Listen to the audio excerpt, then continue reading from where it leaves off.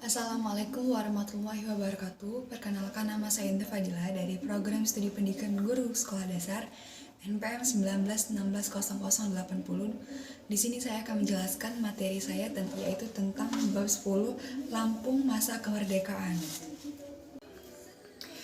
Pada waktu Jepang berkuasa di Lampung, diketahui bahwa tak ada satu organisasi yang diizinkan berdiri. Namun demikian, usaha untuk memelihara benih nasionalisme tidaklah hilang sama sekali. Nah, di mana ada kesempatan terbuka dapat dipergunakan oleh seseorang dengan berjalan baik, dapat dikatakan setiap pemimpin rakyat dalam keadaan awas dan waspada, memperhatikan tindakan-tindakan dari Jepang. Nah, setelah Jepang menyerah tanpa syarat kepada sekutu, berita tersebut dengan cepat menyebar ke seluruh wilayah Nusantara. Pada tanggal 17 Agustus 1945, Insinyur Soekarno-Hatta dan Dr. Andes Muhammad Hatta mengumumkan kemerdekaan Republik Indonesia. Sebelumnya mendengar berita tentang menyerahnya Jepang dari sekutu. B. Yaitu tentang sekitar perjuangan fisik dalam perang kemerdekaan. Setelah Indonesia merdeka pada tanggal 17 Agustus 1945, diproklamasikan oleh Insinyur Soekarno-Hatta dan Muhammad Hatta, Jakarta. Pada saat itu, Lampung baru mengetahui berita proklamasi kemerdekaan Indonesia pada tanggal 24 Agustus 1945 oleh Mr. Abbas yang pada saat itu berada di Jakarta untuk menyelenggarakan pertemuan tersebut. Nah, anggota dari PPKI, Panitia Persiapan Kemerdekaan Indonesia, perwakilan dari Sumatera. Nah, perjuangan tersebut untuk mempertahankan Indonesia yang telah diproklamasikan pada tanggal 17 Agustus 1945. Nah, di Jakarta membawa peristiwa-peristiwa di seluruh Indonesia. Contohnya misalkan Karisdenan Lampung saat terjadinya agresi militer Belanda. Munculnya sesosok ulama, pemimpin Laskar Hasbiullah Sukadana yang dirinya untuk diperjuangkan. Berbagai usaha dilakukan oleh mereka tersebut untuk merebut atau mengacukan kota-kota yang terpenting antara jurusan Lampung terhadap Batu Raja. Aksi rakyat pemimpin rakyat yaitu Kiai Ratu Penghulu. Nah, Ahmad Hanafiah berhasil ditangkap hidup-hidup, kemudian dimasukkan ke karung agan. Belanda memperlakukan Ki Haji Ahmad Hanafiah demikian karena telah mengetahui kehebatan yang telah dimiliki oleh Ki Haji Ahmad Hanafiah yang kebal senjata tajam, senjata api. Akhirnya tempat inilah sang prajurit gugur atau mati syahid di Indonesia khususnya. Nah, selanjutnya yaitu misalkan terjadinya untuk mempertahankan merdeka Indonesia ini tadi, khususnya di Lampung, ulama selanjutnya yang turut berpengaruh dalam perjuangan Haji Golib. Pada era globalisasi, pada era sekitar tahun 1930, Ki Haji Golib mendirikan sebuah pondok pesantren. Meskipun tujuan utamanya pesantren ini adalah mencetak para santri yang pandai dalam bidang keragaman, para santri juga diajarkan berpendidikan formal. Pendidikan yang dibentuk pertama adalah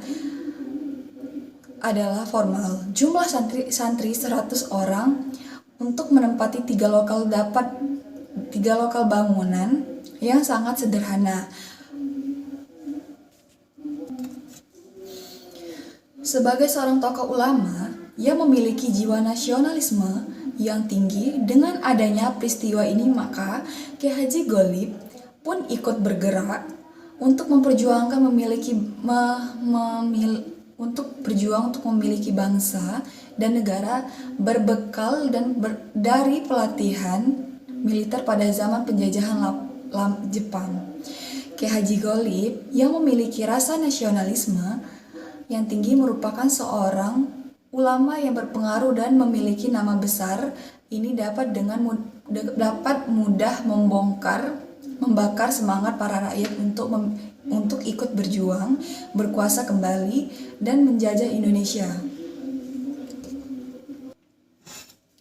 Nah, selanjutnya yaitu C. Tata kehidupan politik dan pemerintahan. Pada tanggal 23 Agustus 1945, Mr. Ahmad Abbas sebagai anggota persiapan kemerdekaan Indonesia dari Lampung bersama 2 anggota PPKI dari Sumatera Utara, yaitu Teku Muhammad Hasan dan Dr. Muhammad Amir, pada tanggal 29 Agustus 1945 bersama-sama berangkat dari Jakarta dengan kapal terbang ke Palembang. Setelah ketiga anggota PPKI ini bertemu dengan Dr. Ake Gani, seorang tokoh nasional perjuangan kemerdekaan Indonesia. Maka malamnya tanggal 23 Agustus 1945 juga Mr. Abbas melanjutkan perjalanannya dengan menggunakan kereta api Tanjung Karang, Lampung. Selanjutnya, pada waktu itu juga terjadi serangan Belanda kedua 1948, agresi militer 2, ibu kota Karisdenan, Lampung, Tanjung Karang bisa diduduki oleh pasukan Belanda. Karena pendudukan itu menyingkirlah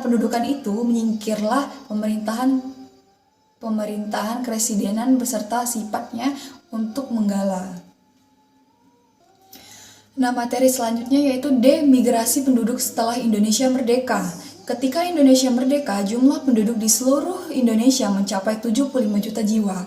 60 juta jiwanya diantaranya itu tinggal di Pulau Jawa, sementara Republik yang baru saja merdeka harus mempertahankan wilayahnya dari musuh yang hendak kembali menguasai. Pada tanggal 12 Desember 1950, pemerintahan untuk pertama kalinya setelah merdeka memindahkan penduduknya sebanyak 23 kepala keluarga daerah Lampung, kelak diperingati sebagai Hari Bakti Transmigrasi. Ketika bencana alam terjadi, yaitu meletusnya Gunung Merapi dan Gunung Agung tahun 1962, pemerintahan Republik Indonesia kembali mengirimkan penduduk bertransmigrasi.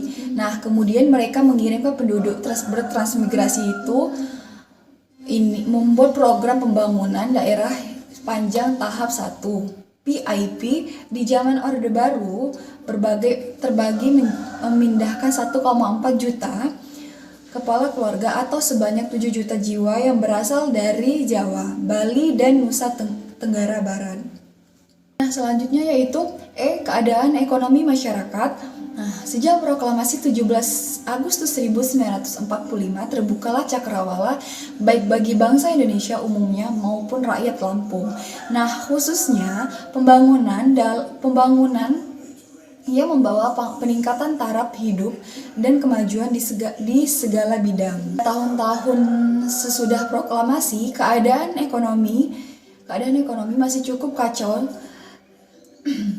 Tidak terkendalinya uang rupiah Jepang menyebabkan inflasi. Pemerintahan terpaksa mengaku 2 macam tanda pembayaran yang sah, yaitu rupiah Jepang dan uang di Japanese Bank. Selanjutnya yaitu ada F, materi PF, kehidupan seni budaya. Sejak Kongres Kebudayaan Indonesia 1945 Demokrasi menambah tingkat kebutuhan bagi pengambilan keputusan. Nah, untuk mewujudkan kebudayaan Indonesia sebagaimana klausel kebudayaan yang terdapat pada masa 1950, pada awal 1950-an, pemerintah Indonesia melindungi kebebasan untuk mengusahakan kebudayaan, kesenian, dan ilmu pengetahuan. Dalam bidang pendidikan, Universitas Lampung merupakan satu-satunya universitas di daerah Lampung. Universitas ini berdiri pada tanggal 23 September 1965 berdasarkan surat keputusan Menteri PTIP nomor 195 tahun 1965. Saat berdirinya Universitas Unila mempunyai dua fakultas, yaitu Fakultas Hukum dan Fakultas Ekonomi. Nah, dengan Kusno Danuvoyo, Gubernur Lampung saat itu sebagai Ketua Presidium.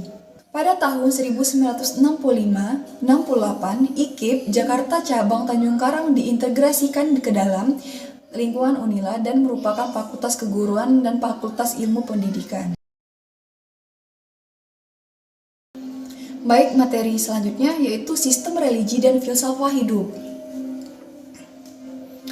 Dalam kehidupan keagamaan di Lampung pada masa kemerdekaan dapat dikatakan cukup baik dan diartikan bahwa tidak ada hambatan apapun jika dilihat.